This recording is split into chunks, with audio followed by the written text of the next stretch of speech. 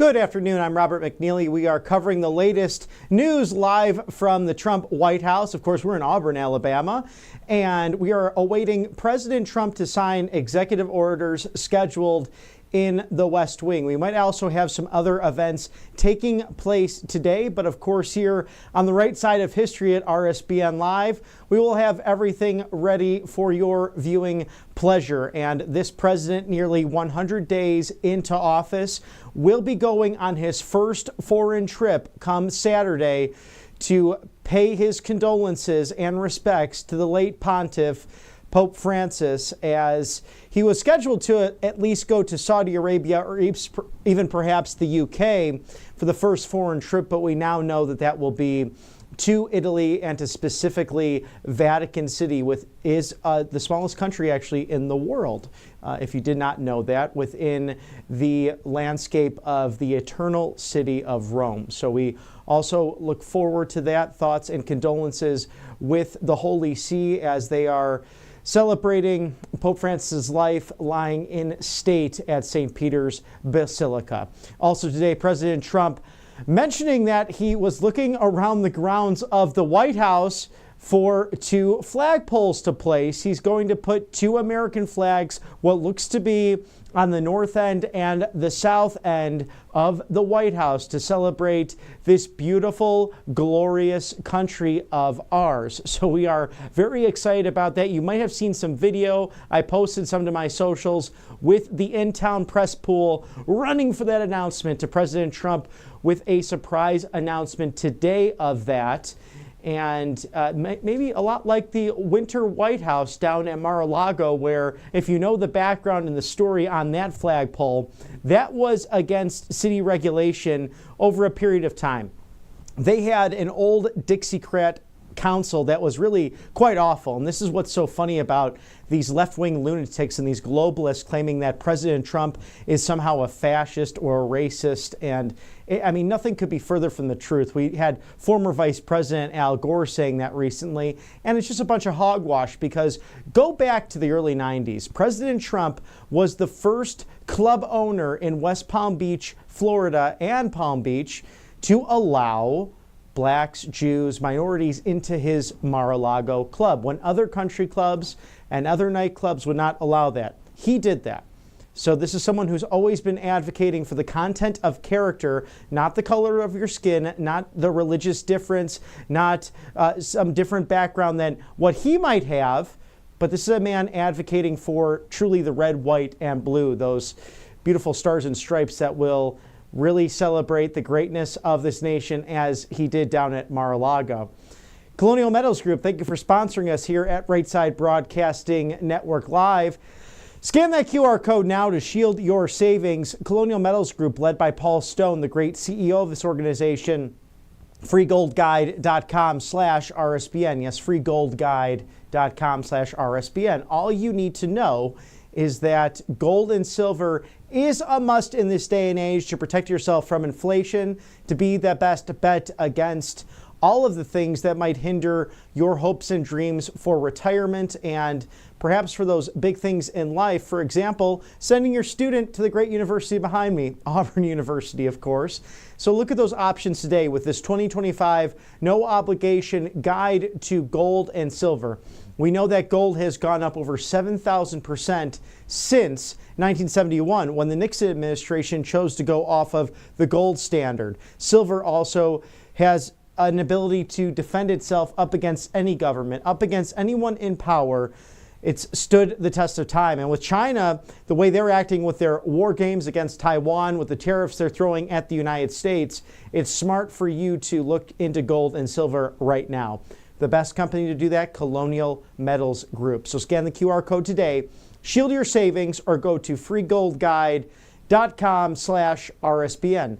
Thank you to Paul Stone for sponsoring us here at Right Side Broadcasting Network Live.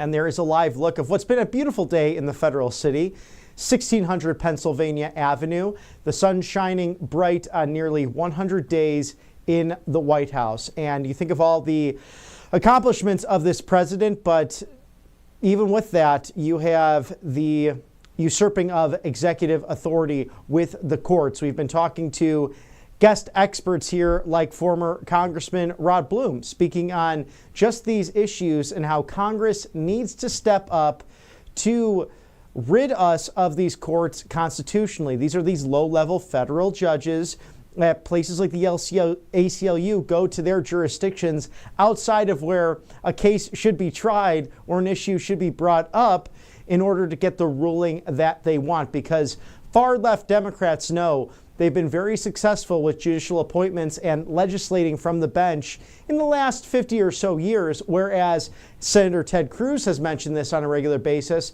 Republicans batting about 500 when it comes to getting the conservative jurisprudence really adhered to, because it's not necessarily conservative philosophy, it's the jurisprudence of believing that the law is as written, that the documents of our founders are not living, but rather what they say is what they should be adhered to. People like Justice Scalia, you think of, Clarence Thomas, of course, defending these God-given rights. That's how it should be. Judges should be nonpartisan at the end of the day, but we'll continue to cover that for you, the American people. We will toss it to the White House now. President Trump signing some executive orders.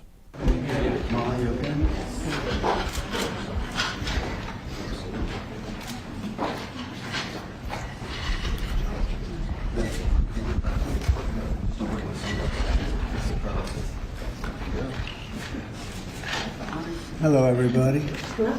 So we have a very special group of wounded veterans who are amazing. I've actually visited many of them in the hospital, and they came out better than me. They came out looking good. If I had that look, I would have been president 20 years ago. I wouldn't have had to wait so long. You look great, fellas. But many of them, I didn't even realize it at the time, but I visited many of you in the hospital. They did an incredible job. The doctors are absolutely unbelievable, the job they do.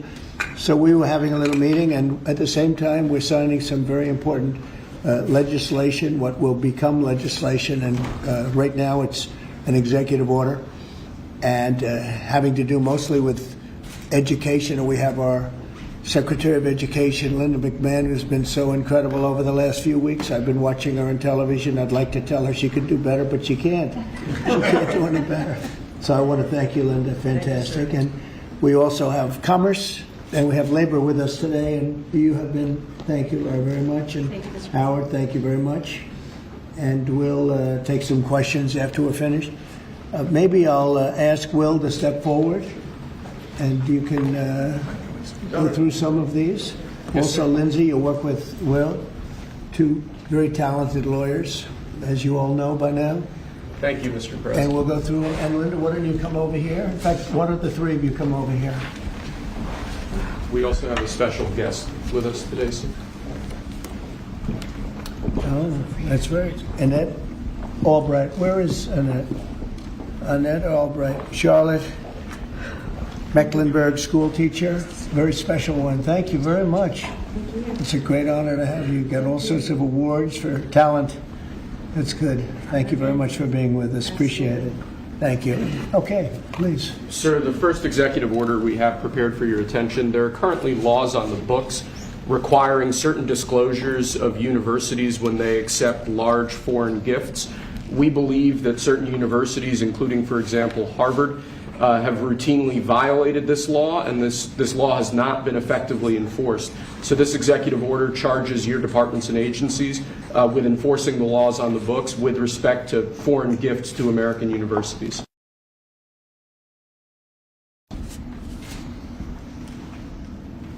Thank you very much. We'll put it right here.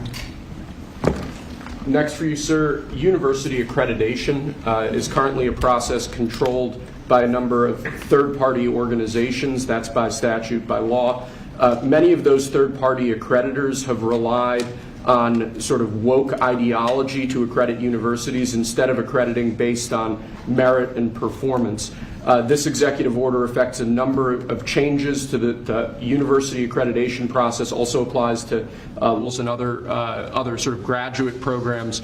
But the basic idea is to force accreditation to be focused on the merit and the actual results that these universities are providing, as opposed to how woke these universities have gotten. So we're setting up new accreditation pathways. We're charging the Department of Education to really look holistically at this accreditation mess and hopefully make it much better. Will we look into the past people that they've taken? For instance, I hear all about certain great schools, and then we read where they're going to teach people basic math that we can all do very easily, but they can't do. They're going to the top school, and they come out with a program of teaching basic math to somebody that got into a Harvard or a Princeton or a Yale. Is that part of this? When universities are not performing appropriately, whether that's in admissions or whether that's in their actual instructional activities, that's certainly something that accreditors should be considering, that right now we believe they're not doing a good enough job of, and I think Secretary McMahon could probably speak to that better than I could. Linda? So they're allowing people into school that can't do math, and yet kids who've worked really hard and number one in their class in a high school someplace in New Jersey or in Mississippi, they can't get into the best schools. What is that all about? Yeah, and I think that gets to your policy, sir, of meritocracy, that we should be looking at those who have real merit to get in, and we have to look harder at those universities that aren't enforcing that. Okay, thank you. And this pretty much does it, right? Yes, sir. Thank you.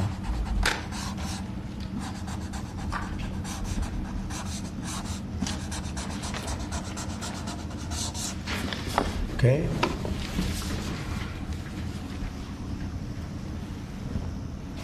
Thank you. Sir, during your first administration, you made promoting historically black colleges and universities, HBCUs, a major priority. This executive order takes existing law on HBCUs and brings it into effect. We're going to be setting up a White House initiative on HBCUs.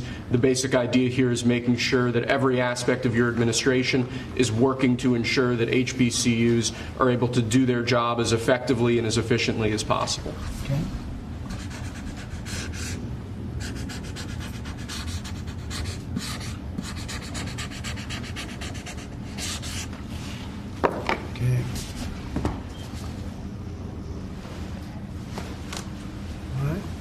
This next executive order relates to artificial intelligence education, sir. You've obviously done a lot in the artificial intelligence space already.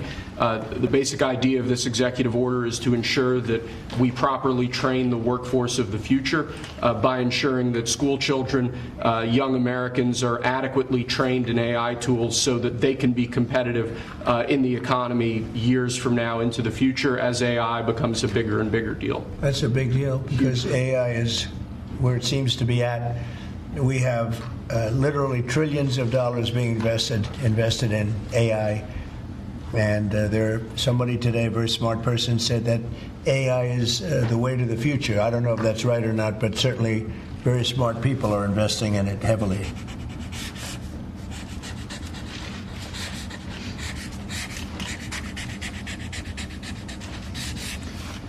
Good.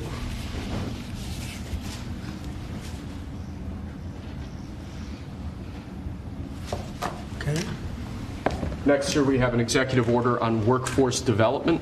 This executive order is going to charge numerous departments and agencies within the government to reshape the way that we do workforce development. One example from the executive order, for instance, we're looking to get the total number of apprenticeships, new apprenticeships, up to 1 million in the country to ensure that in critical jobs areas, in areas where we currently don't have enough trained workers, that we're recreating that pipeline to ensure that, particularly as we onshore industrial jobs and new industries, that those industries have the workforce they need to be competitive globally. Right. Very important. And this is the EO that we're all here working together. And in a way, this is like a training center, right, for what we're trying to do, which is jobs at great salaries. These are great salaries, too. Right, it's exactly, so all those factories that you're bringing in because of your trade policy, we're going to train people in trade craft, bring back trade craft to America so that people can work in these factories with great paying jobs, and we're going to train them, and we're going to remake the American dream for all these people. We're working together. That's right. Right, Lori? Absolutely. This plays right into America at Work Tour, which I have kicked off. We will work with our state partners and work with our businesses to see exactly who they need in that workforce, and we will skill and upskill these apprentices so they can get right to work and get in the field and build back this economy for exactly living the American dream. Good, Lori. Yeah. Thank you, sir. Thank you, Mr. President. Next, sir, we have an executive order on school discipline policies. Under, I believe it was the Biden administration, first Obama and then Biden, the Department of Justice issued guidance that made it almost impossible for schools to enforce adequate disciplinary policies. This created issues in the classroom for teachers and students alike. Basically, they focused on CRT and sort of diversity ideology instead of actually just enforcing the rules in classrooms to ensure a safe learning environment. This executive order revokes that prior guidance and puts us back in a place where hopefully the Department of Education can focus on education and teachers can focus on teaching in a safe environment. And this was important for you, Linda, as I understand it. Huh? Yeah, absolutely, because it gives teachers the authority now to have discipline in their classroom and discipline the person who is being disruptive. Great. We took that away.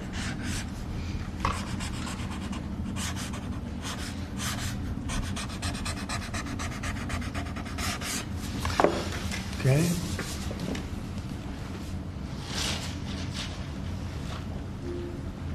Nice. Cool. Here, Linda, you should hold that. Lastly, sir, we have an executive order on disparate impact theory. This is a theory that underlies a lot of the modern DEI and CRT-driven diversity culture. The basic idea here is instructing your departments and agencies to no longer rely on disparate impact theory as they're regulating, as they're issuing guidance, as they're making rules. We want to focus on results. We want to focus on actual fairness. We want to focus on merit, not things like disparate impact theory and the whole sort of diversity, equity, and inclusion cult. It's getting out of that, huh? Yes, sir. After being in that jungle for a long time.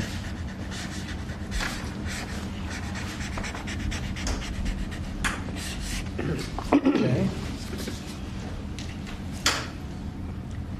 Thank you. Very good job. Thank you, sir. Very much. Appreciate it. Very much. Would you like to introduce again Annette, and perhaps Annette wants to say something having to do with that? To Annette ask is her. right here. Yes, Annette. Yes, please come over. Would you like to have some comments to make? I know you're a former Charlotte Mecklenburg school teacher. I'm a North Carolina girl, so Yes, it's nice New Bern. to see you. Yes, from Yes. New Bern. Yes. Thank you so much for having me. Thank you so much. I'm so honored to be here. This has been an 8-year journey for me to raise awareness to the violence that's in public schools and the critical need to address violence in public schools. Again, been doing it 8 years because most administrations like to keep the violence hidden. We have 3 students that should be here with us today. We have Austin McCaff, I'm sorry if I say his name wrong, Serenity Baker, and Nizir Taylor from Charlotte, North Carolina, who was shot in the back as he was getting off of a school bus because they thought he was a part of a big brawl that happened inside a public high school. So this is very important and critical legislation that we have to keep our educators safe, we have to keep our students safe, and public schools have to be safe environments. So I think, like I said, I've done this journey alone, I've been on it, but I have a whole team behind me now.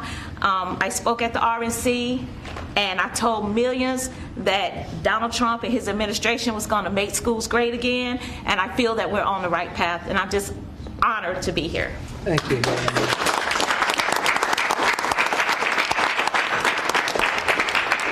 Just to our great vets that are with us, and is it okay if I give her one? What do you think? Thank you. Thank you so much. I appreciate it. Thank you. Thank you. What an honor. Great job. Could I ask Sarah to speak, Gerardo? Yes, sir. Thank you. Tell us a little bit about these great gentlemen. These heroes, Mr. President, are extraordinary. This is my husband, Michael, and so many of our dear, dear friends who are here today. Right. Many of them have met you, sir, in your first administration in the hospital, many times at Walter Reed. Right. And they've had long recoveries. Tomorrow, for my husband, marks 15 years since he was wounded in Afghanistan. Wow. And on that day, about 6 years ago, he had his 120th surgery post-Afghanistan. wow. And you came to see him at Walter Reed and so many others. And we saw great reform in the VA. Access, same-day access to prosthetics, mental health care, and we know that that is back. We're going to, these gentlemen were saying, Alex here earlier was saying, in the last few years when he's gone to get a wheelchair, the VA has asked him, this gentleman, they've asked him to prove that he still has his injuries, as though maybe his limbs would grow back. And they unfortunately did not. Yes, and we've seen that many times. And so we're excited for you bringing back the VA accountability, Mission Act, community care, that were the hallmark of your first term. And we're so excited, sir, to be here. We're honored to be here. And thank you for all you do for our nation's heroes. Thank you. Who's that picture on there? That is Joe Biden, and it says, "Let's go, Brandon." I'm saying, what was that picture? That's great. I told him he wasn't allowed to ask That's you to good. sign it. That's very good. Well, thank you all very much. Would you like to say anything, fellas? There's a big chance you have a lot of good people watching that believe in you. They happen to be the media, but they believe very much in you, like I do. Anybody? Mr. President, we're very happy with the energy that this administration is bringing, and it's an administration that does what it promises, and so we're behind you. We believe in you, and I think we all love you. We got to speak for everybody. Thank you very much, and I'm going to get you a better hat. Say a better hat. That's a good one. That was the original. It was. That means he was there. I've been wearing it before it was cool. That's right. That's an early one. We'll save that one, though, right? Yes, Mr. President. Thank you. Anybody, please? I'd like to stay. Oh, good. Very nice. Thank you very much. True. Thank you. Sir Bennett just spoke, save Michael Broder's life. And of course, he goes immediately to say thank you, as he was the one that saved Michael Brado, put him in the helicopter, and got him off the combat zone. Wow. So the selflessness of these men is unspeakable. That's great to you. Yeah, he's alive because of that man right here. That's very good.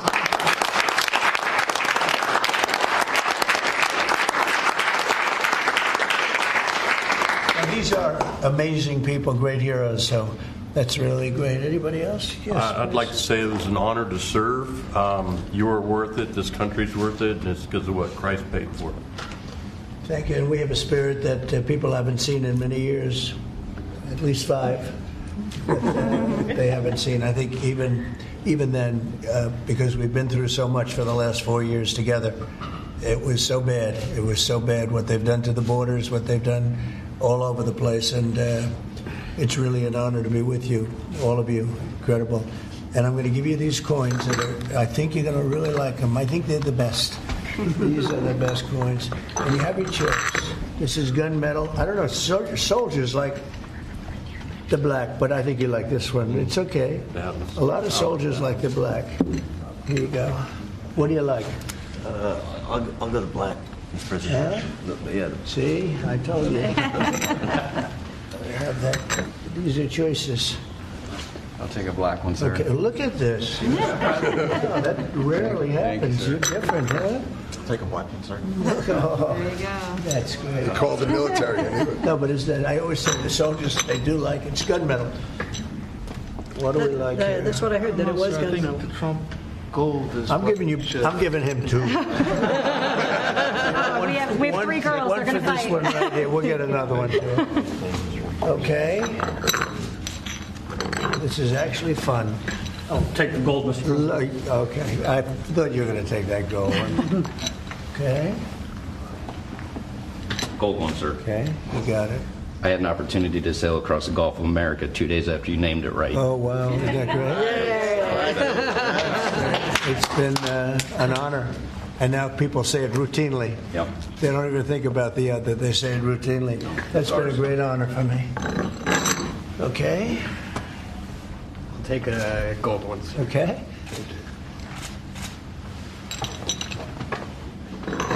Almost even. I think gold has an edge. I would love a gold one, sir. Thank you so much. Thank you. Gold. It picked up at the end, right? So you all okay? That's good. So I want to thank you very much, and especially that's a great story. Yeah? Sir. So what do you think of a guy like that? Pretty good. Oh, we actually Him and him, we all served together. Wow.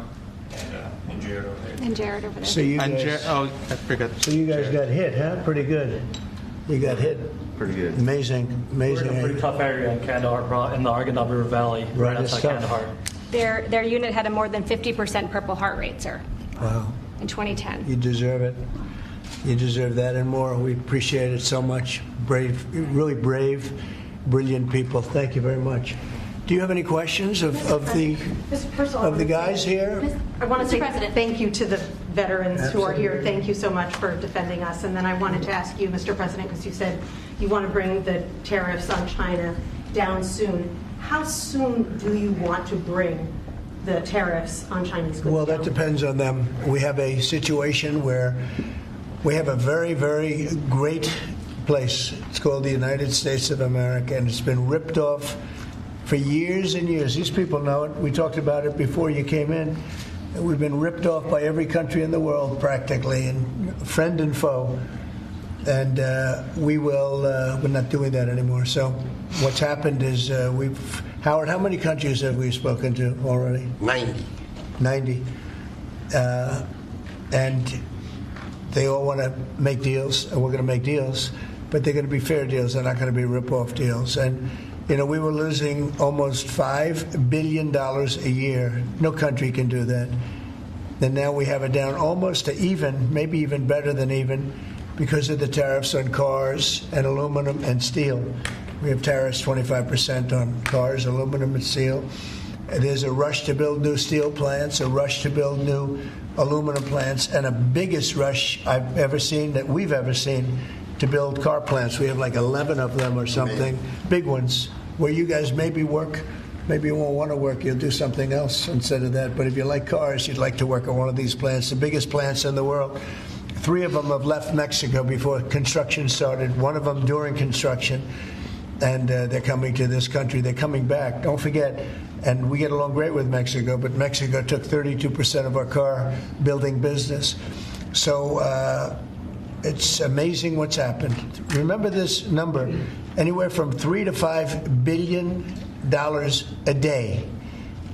That's not $1 million, that's $1 billion a day. Nobody can even imagine it. And that's what we were losing. And, you know, hence we have $36 trillion in debt and everything else. And in the end, I think what's going to happen is we're going to have great deals. And by the way, if we don't have a deal with a company or a country, we're going to set the tariff. We just set the tariff. It's something that we think that will happen, I'd say, over the next couple of weeks. Wouldn't you say? I think so. Over the next 2-3 weeks, we'll be setting the number. For and China. We're going to pick, could be for China too, could be for China. We're dealing with almost all of them. Too many to fully deal with, but we're going to be fair to them.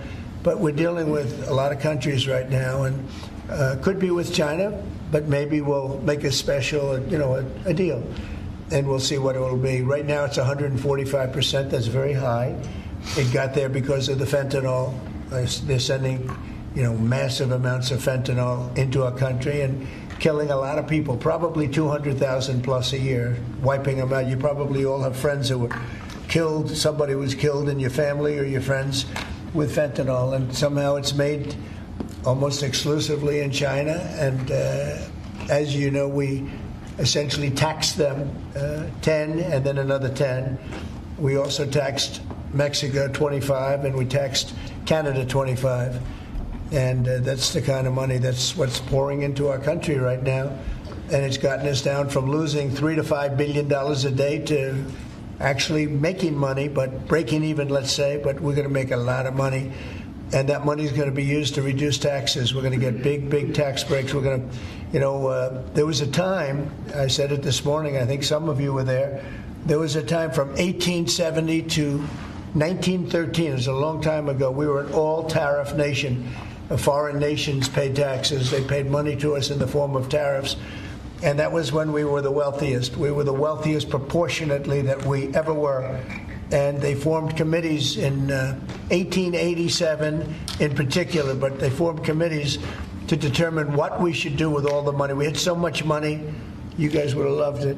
We had so much money, they didn't know what to do with it. We gave it away to different causes, and You haven't seen that too much anymore, although we give plenty away, but now we shouldn't be giving it away. We have to take care of ourselves first, right? Absolutely. But we were very wealthy, and proportionately the wealthiest we ever were. We built the Panama Canal. Jimmy Carter gave that away for $1, by the way.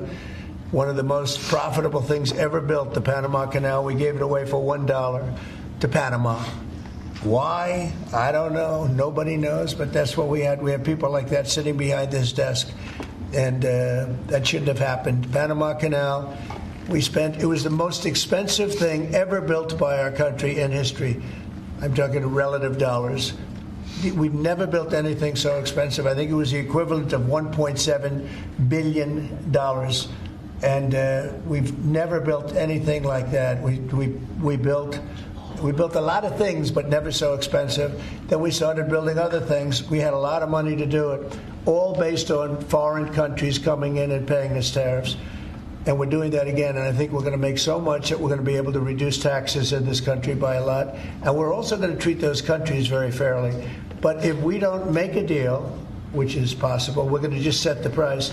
Because you remember, they have to come in, they want to come in here, and they want to do business with the United States. So we want to set a fair price, and we'll do that. We're going to be very fair, but we'll set a fair price, and then they can make a determination as to whether or not they want to do business with the United States. And I think most of them will, and I think we're going to treat them very fairly. Were you worried about what the 145% tariffs were doing to small businesses here in the U.S.? Is that why you're bringing it down? No. I haven't brought it down. I haven't brought it still 145. I haven't brought it down. I said it's a high tariff. It is a high tariff, but I haven't brought it down. It basically means China's not doing any business with us, essentially, because it's a very high number. So when you add that to the price of a product, a lot of those products aren't going to sell. But China's not doing any business. They were doing $1.1 trillion. Think of that, $1.1 trillion. You know what that is? And it was just very unfair to us, and we were doing very little, relatively very little with them. It was very one-sided. But we get along. I get along very well with President Xi, and I hope we can make a deal. Otherwise, we'll set a price, and hopefully they'll come here and they'll contribute. And if they don't, that's okay. So on your trip to Rome, there's a lot of leaders attending the Pope's funeral who also said they'd like to meet with you while you're there. Do you have any meetings set up? Or are you Yes, I do. I have a lot of meetings set up. I don't know if I can do it. Do you want to help me out, fellas? I got a lot of meetings. I got every leader in the world, which tells you that we have a good product. It's called the United States of America, and it's great. And these people know about it better than anybody in this room. But we have a great place, and it should be a lot greater. And that's what we're going to do. We're going to make it greater than ever before. It's very simple. Who are you going to be meeting with, President Zelensky? Well, I have a lot of meetings set up, yeah. And are you bringing anyone with you in the U.S. delegation to the funeral, like Secretary Rubio or a former president? We have a couple of people coming. We'll announce it probably this evening or tomorrow. First Lady's going, and some people are coming with me from staff. But we'll have a number of people going. I'm sure it's going to be a beautiful ceremony. Okay? I had one on Ukraine, but I wanted to ask you one about veterans since they are here today, and thank you for your service and sacrifice. I wanted to ask you about the cuts that have been made, including with the VA. Can you assure that veterans like these men here, those that have been suffering from mental health issues or burn pits, for example, will be taken care of? Yeah, very much so. In fact, they will tell you it's been better with me than any president in history. We had a 92% approval rating, which is unheard of, up 50 points from the previous administration in my first 4 years, and we're doing better now. And in fact, now they have something, the call-in doctor stuff, where it's really become, modernized and great. We don't have to go and travel sometimes long distances to get to a clinic or get to the VA. And I just heard this morning, I was listening to Doug Collins, who's the secretary. He was being interviewed, and the numbers are incredible. The approval ratings are the highest I've never heard numbers like this. It's better than the first 4 years. So no, there's no group of people more important than the people in this room. And I am not talking about the media. I'm talking about these people right here. There's no group, and they're going to be taken really well care of. That's very important to me. And on the war in Ukraine, Are you going to be meeting with President Zelensky? He's asked to meet with you this weekend. Will you be meeting with him I this don't weekend? know. I don't know that he's going to the funeral or not, but I just hope he gets this thing solved, because we're losing about, think of this, 5,000. I was saying 2,500, and everyone was telling me that's low. 5,000 soldiers are being killed every week, approximately. Think of that. Every week, 5,000 soldiers, but let's say from 3,000 to 5,000 are being killed. They're Russian and Ukrainian. They're not Americans, but they're Russian, but they're people. And they're humans. They're human beings. They have families. They wave goodbye to their son, and then they get a call that the son's no longer there. It's a vicious war. And if I can help solve it, we're not losing our soldiers, but we're losing soldiers, a lot of people. And if I can solve it because of a certain ability, that would be great. And if it doesn't happen, I will say that I think Russia is ready. And a lot of people said Russia wanted to go for the whole thing. And I think we have a deal with Russia. We have to get a deal with Zelensky, and I hope that Zelensky, I thought it might be easier to deal with Zelensky. So far it's been harder, but that's okay. It's all right. But I think we have a deal with both. I hope they do it, because I'm looking to save. And, we spend a lot of money, but this is about a lot of humanity. This is the worst.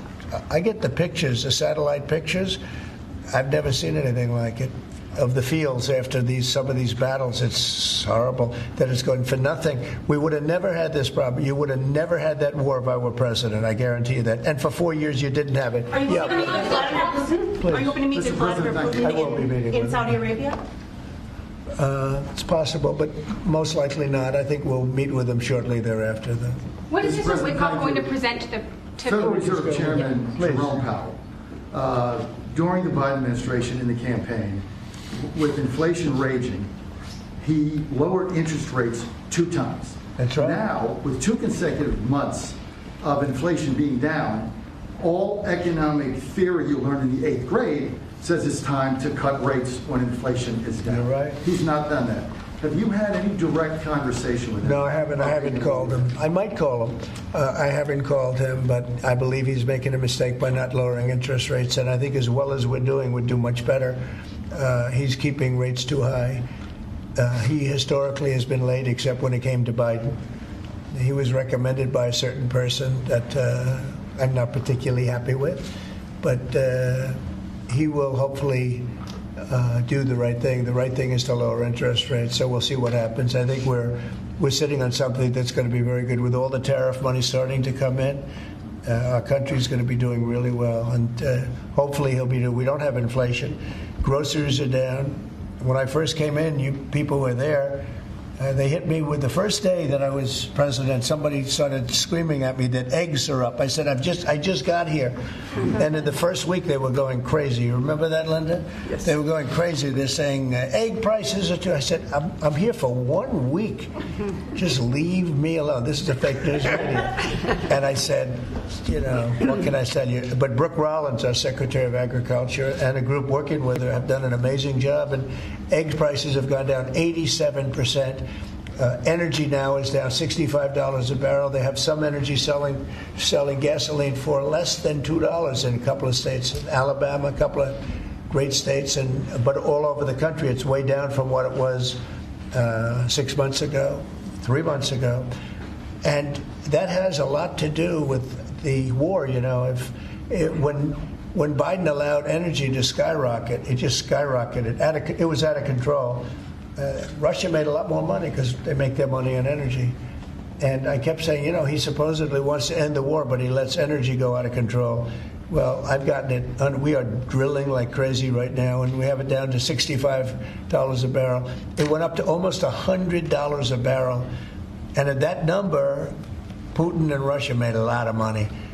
So I think one of the reasons, I think he has a certain respect for me, but one of the big reasons is oil prices are down. I think this is a good time to get the war settled. Thank you. Thank you for that question. For those of us that live here in the district, you said when you came in you were going to make Washington, D.C. great again. Right. One of the issues we've got right now is we understand there might be an imminent deal between the owner of the Washington football team, whatever you want to call them now, Commanders, and locally in getting the Redskins back to D.C. and RFK Stadium. That's on federal property. Right. Are you going to be involved in that negotiation? Yeah. And would one of the stipulations be they change their name back to the Redskins? Oh, I see. Well, that's a little bit. Nobody's asked me that one. Look, I think when the Indian population is a great part of this country, a great heritage. And we were talking about Massapequa, Long Island, the Chiefs, they call themselves the Chiefs, or the Kansas City Chiefs. They're not changing their name. A great team, great people, great owners, great coach and quarterback. I love the quarterback, like his girlfriend too, and his wife. His wife is great. She's been a big fan. His quarterback's mother is incredible. I like that team. They're called the Chiefs, and frankly, I see nothing wrong with it. They call them the Warriors, and not that team, but a lot of other teams, and all of these Indian surnames and different names. And I'm saying that I think that's a positive thing. And when you go back to Indians, they polled this. They don't know why these names are being taken off. They're trying to. I think it's degrading to the Indian population, and it's a great population, and they like when they're called by various names. Now, Washington.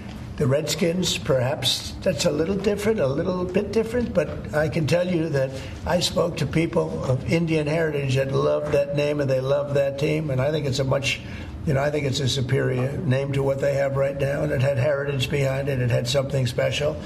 But a lot of the names having to do with, different places, not just Indians, but I think it's, they changed the name of the Cleveland Indians. Why would you take the name Indians off the Cleveland Indians? And now it's called the Cleveland something else, right? Guardians. It just doesn't make sense to me. So we're about bringing common sense back to this country, and it may be popular or unpopular what I'm saying, and I've just said to you. He's a nice guy. He got a lot out of me on this one, but I think most people agree with me. I think it really is demeaning to Indians, but to change the name of the Cleveland Indians as an example to the Cleveland Guardians is not the same, and I'm sure it has an impact on the team. Please. Sir, thank you, sir. Elon Musk said he'll be stepping back from his work with Doge a little bit and only dedicating maybe a day or two a week to it. How long would you like to see that continue, and how involved would you like to see him continue to be after you? Well, first of all, I can't speak more highly about any individual. He's an incredible guy. He's a brilliant guy. He's a wonderful person. I've seen him with his family. I've seen him with a lot of his children. He's got a lot of children. He treats them good. He loves his children. But he's a brilliant guy, and he was a tremendous help, both in the campaign and in what he's done with Doge. And we're talking about almost $200 billion and rising fast, because many of the things that we were looking at are now being found out to be fact.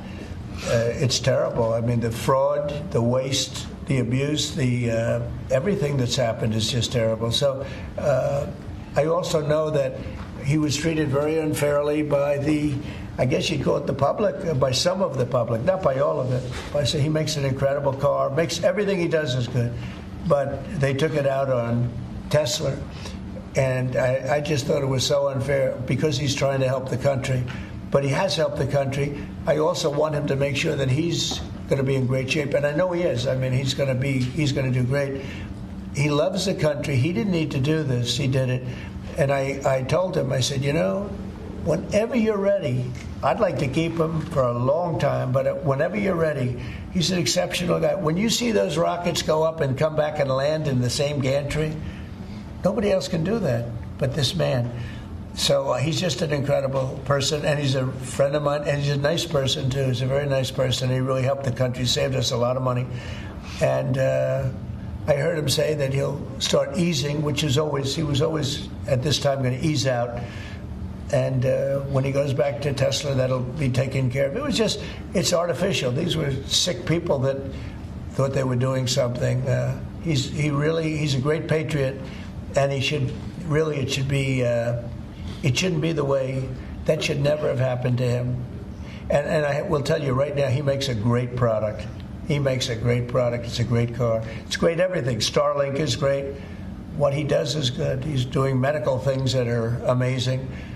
And we have to, at some point, let him go and do that. And we expect him to be doing it about this time. But I'll talk to Elon about it. Thank you for the question. A second question. Canada has an election coming up. Do you have a prediction for that, and what do you think the results of With respect to Canada? With the negotiations? Oh, I don't want to predict other nations' elections. It's tough enough doing this one. Look, I love the Canadian people. I like Canada. But it's costing us $200 billion a year to support Canada. $200 billion. And I say, why are we doing that? You know what? We can make our own cars. We have more energy than they do. We have more energy than anybody in the world. We don't need their lumber, obviously. We have more lumber. We have a lot of lumber. We have a lot of everything that they sell us. But in particular, cars, they took a large percentage of the car making, and I want to bring it back to this country. I really don't want cars from Canada. So when I put tariffs on Canada, they're paying 25%, but that could go up in terms of cars. When we put tariffs on, all we're doing is we're saying we don't want your cars in all due respect. We want really to make our own cars, which is what we're doing in record numbers now. You know, we're going to be at record levels in a very near future because of all the plants, the car plants that are being built. And I'd rather see them made in Michigan and made in South Carolina and made in different states, Tennessee. We have a lot of great car-making states, and we have some that aren't car-making yet, but they will soon be car-making states. And that's what I want to see for our country. At the same time, I want to help Canada. I've spoken to the current Prime Minister. He was very, very nice, I will say. Very nice. We had a couple of very nice conversations, very good. But I don't think it's appropriate for me to get involved in their election. Mr. President, if I may, this deal that you have with Russia, does it include recognizing Russia's sovereignty over Crimea?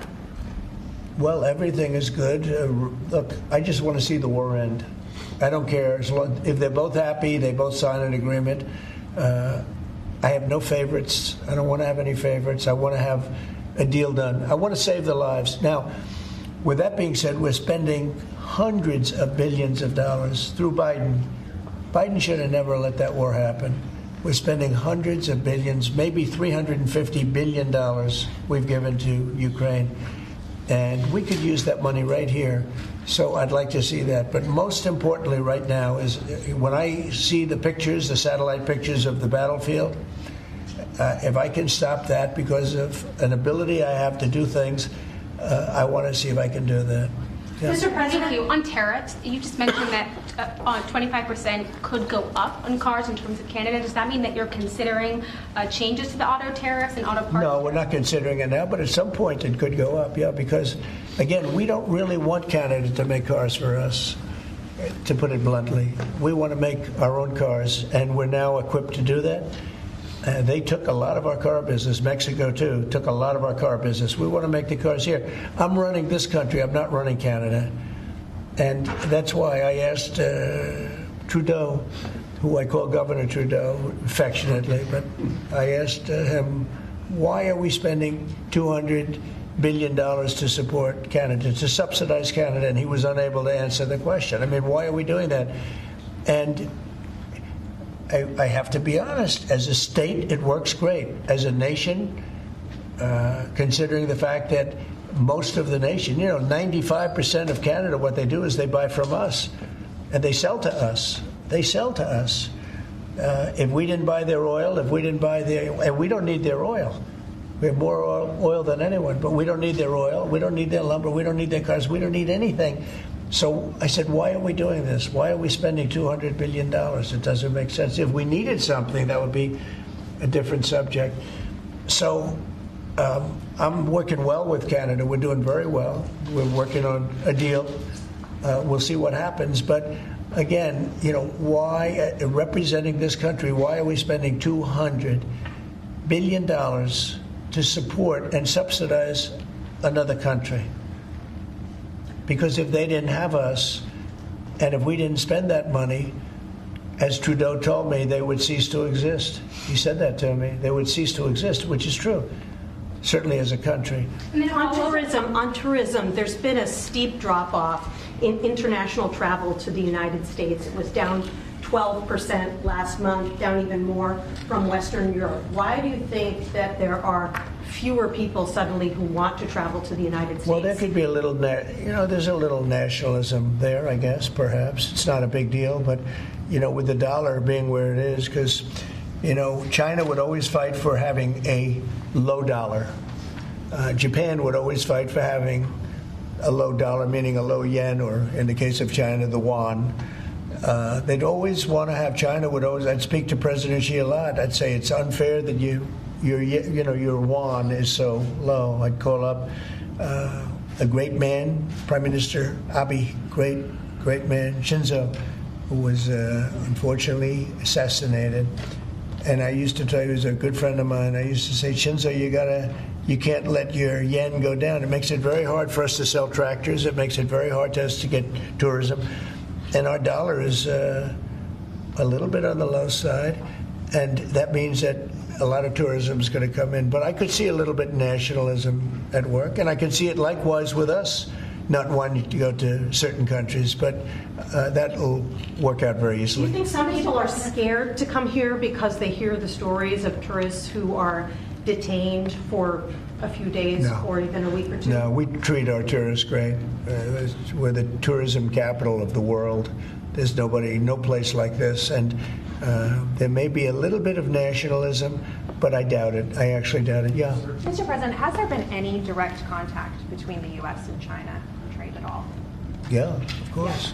And every day. Every day. And then secondly, would you support a millionaire tax? I think it would be very disruptive because a lot of the millionaires would leave the country. In the old days, they left states. They'd go from one state to the other. Now with transportation so quick and so easy, they leave countries. You'll lose a lot of money if you do that. That would, and other countries that have done it have lost a lot of people. They lose their wealthy people. That would be bad because the wealthy people pay the tax.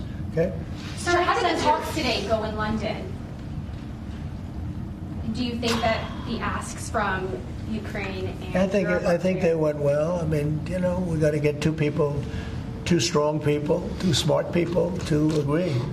And as soon as they agree, the killing will stop. But I think they went well, pretty well. So Mr. President, we understand that your economic team, many of them are here today, J.D. Vance, has negotiated what's been called a monster trade deal with India, like biggest one ever. Can you share with us what some of the framework of that might be? You said England. India. India? India. Oh. They're not very complicated, these deals. It's about the tariffs. India charges almost more than any other country in the world. And believe it or not, we do very little business with India, other than the fact that I like the Prime Minister very much. He's a friend of mine. He was here 2 weeks ago, as you know. And we stood right outside, did a news conference. Unfortunately, the grass was very wet. And it was very hard for people to stand on the grass. They got their shoes all ruined. But other than that, it was a very good news conference. And he's a great guy. But we do very little business. You know why? Because their tariffs are so high. They have among the highest tariffs, higher than China. They have among the highest tariffs in the world. And I understand they're going to reduce those tariffs. But it's really sort of their problem, not ours. We do very, very little purchasing in India because and selling.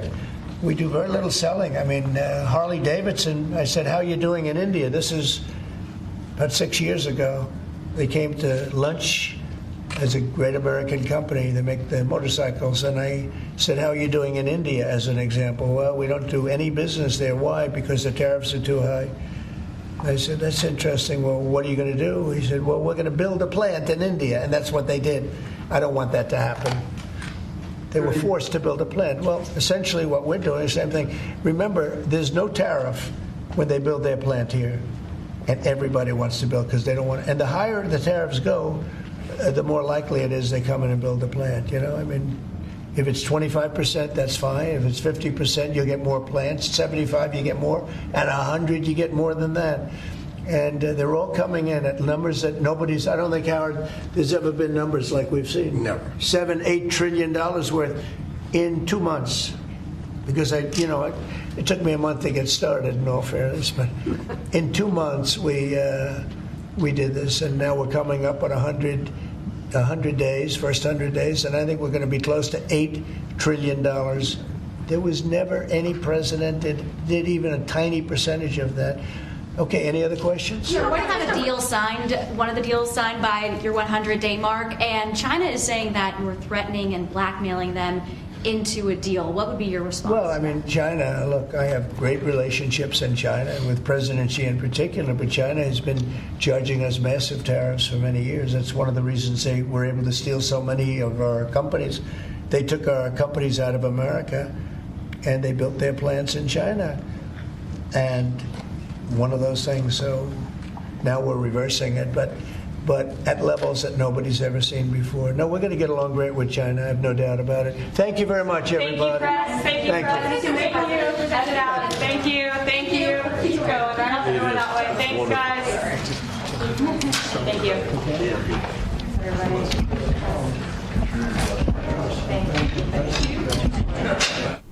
And of course, that 100th day in office will come to a close on April 30th, just a week from today. So 93 days in office, President Trump signing an extensive amount of executive actions in order to move the Congress to push his legislative agenda. In the meantime, I was actually looking at a full list of 50 wins in 50 days of this White House, and there's been no other modern president who's done it quite like this gentleman, President Donald Trump, by securing the border in an unprecedented fashion, signing the Laken Riley Act into law, deporting illegal immigrants, rapists, and drug dealers, foreign terrorist organizations, whether they come in the form of MS-13 or the border cartels or even Trende Aragua. President Trump's tariffs are leveling the playing field with American workers. He was extensively speaking on this with the press in the Oval Office and flanked by true heroes in the past 15 years, whether it was Afghanistan or Iraq, in some cases both, that entire platoon that was together there, half of them receiving Purple Hearts in their own rights. And think about that. That's why we stand for the flag, because those men, surrounded by significant others and friends and family members, have limbs blown off, arms, legs, and they have to live on with the scars of war, still smiling about serving this nation, and one gentleman mentioning ultimately serving God in the process. It's just extraordinary to think about when you have the woke mind virus that caused so many different movements, whether it be BLM or the craziness that took place during COVID. It's nice to have this golden era being built once again in the United States, an Oval Office filled with gold, 20 portraits of great American presidents and leaders, the FIFA World Cup, which will be battled on American soil just next year, and of course, our immortal Declaration of Independence. President Trump there with Lori Chavez de Reamer, the great Labor Secretary Linda McMahon at Education, and Howard Lutnick at Commerce. Thank you to our sponsors at Right Side Broadcasting Network Live. Colonial Metals Group, talking about gold and silver. Get yours today by scanning that QR code. Shield your savings, because whether it's properties, assets, 401ks, IRAs, all good. But some of those you can actually roll into tangible gold and silver. And as President Trump was just mentioning, the threat from China, whether it's lawfare, warfare, games being played with the Taiwanese people who should remain free, or it's throwing tariffs at us, President Trump negotiating hard against the second world power, and that is the Chinese Communist Party. freegoldguide.com/RSBN will detail everything you need to know to financially secure your future and your family's future for retirement. Thank you to Paul Stone and Colonial Metals Group for protecting the American people. A great company, in fact, the best in the business to get your gold and silver today. Thank you to angelpaste.com. Experience that miracle with the Miracle Cream Original, the Angel Paste of vitamin B infused, non-GMO, non-chemical. Great thing to put on your dry skin. And amongst other products, an immunity building vitamin C infused orange option that is also without the chemicals, without the GMOs, without the nastiness. If you look at these bottles sometimes and you count all these different ingredients and then you can't even pronounce the words of some of them, maybe they shouldn't be going on your body. And that's why Angel Paste, a Christian-owned company who hires veterans, wants to take care of you and the American people with their great products at angelpaste.com. They are based in Spring, Texas. Yes, the Lone Star State just off of that Gulf of America, outside of the big city of Houston, Texas. A great place. Experience the miracle now. Angelpaste.com. Thank you for sponsoring us here at Right Side Broadcasting Network. Kalshi.com/RSBN. When will Bitcoin hit the 150,000 mark? Will it be before next year? How about this October or July? You can bet and trade on all of these different questions facing our politics, our culture, or sports as well. Trade on the most important events by scanning that QR code now. Kalshi.com/RSBN. And that is everything today for the Trump White House. If you have a story that's America First, feel free, if you wish to opine, at feedback@rsbn.tv. Yes, feedback@rsbn.tv. Get all America First updates and exclusive offers at rsbnetwork.com/newsletter. And if you are willing, ready, and able, and we're grateful for you to continue our mission of citizen journalism here on the right side of history, please text RSBN to 801-801 or visit rsbnetwork.com/donate. Thank you for all your support of this America First network that brings you unbridled access as your go-to live desk inside and outside of the Beltway. Always live from the beautiful village of Auburn, Alabama. It's truly the friendliest, loveliest, just most genuine place you can be. And that's the corner of College and Magnolia. As I mention on every show, doesn't it look like a Norman Rockwell painting? Well, that's the Auburn Cam coming from Toomer's Corner, where you can enjoy a lemonade and maybe some memorabilia from the premier university in the Southeastern Conference. It just means more here in the SEC. But regardless of where you are at your neck of the woods throughout this great country or throughout the world, wherever you may be watching from, we care about you, the American people, and those who are focused on saving Western civilization. Well, we'll catch you tomorrow unless there's any breaking news this evening. But for my colleagues at Right Side Broadcasting Network, good night, God bless. I'm Robert McNeely. We look forward to seeing you tomorrow for more unbridled coverage of America First. Good night.